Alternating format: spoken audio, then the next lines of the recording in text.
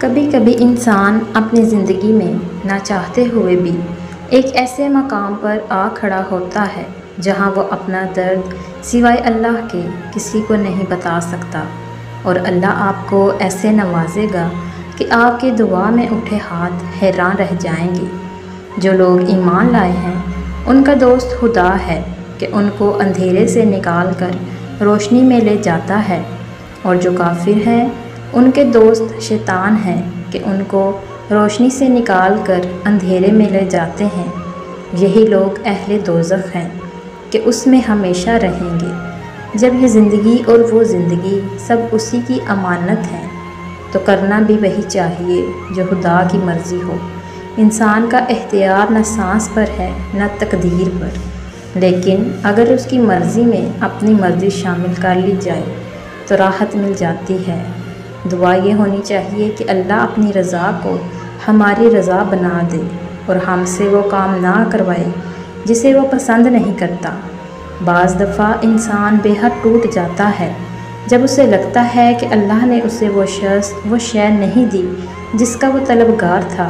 وقتی توڑ پھوڑ کبھی اسے اللہ کے قریب کر دیتی ہے اور کبھی باغی، لیکن وہ رب انسان کو بارہا یہ احساس دلاتا ہے کہ اے میرے بندے، تیرے حق میں میرا فیصلہ تیری چاہ سے بہتر تھا۔ اگر تمہیں ذرا سا بھی اندازہ ہو جائے کہ اللہ تعالیٰ تمہارے معاملات کیسے سیدھے کرتا ہے تو یقین مانو تمہارا دل اللہ کی محبت سے پھٹ جائے۔ درخت سے گرنے والا کوئی پتا ایسا نہیں جس کا اسے علم نہ ہو، تو پھر جو آنسو تیری آنکھ سے ٹپکا، کیا اس 70 ماؤں سے زیادہ پیار کرنے والا وہ درد جس نے تیرے دل کو بے کل کیا، کیا اسے اس کی خبر نہیں؟ بس اس ذات پر صبر اور بھروسہ رکھو۔ انسان تبھی اللہ کی طرف رجوع کرتا ہے جب وہ دنیا میں اپنا ہر ہنر آزما لیتا ہے اور پھر بھی اسے چین اور اطمینان نصیب نہیں ہوتا۔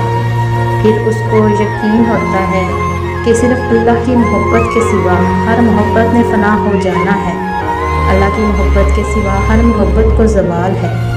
اللہ کی محبت کے علاوہ دنیا کی کوئی محبت سچی نہیں، اور رب اصلیت دکھا دیتا ہے ہر رشتے ہر محبت کی۔ پھر وہ سب کچھ دکھا کر آدمی سے کہتا ہے، اب بتا تیرا میرے سوا اور ہے ہی کون؟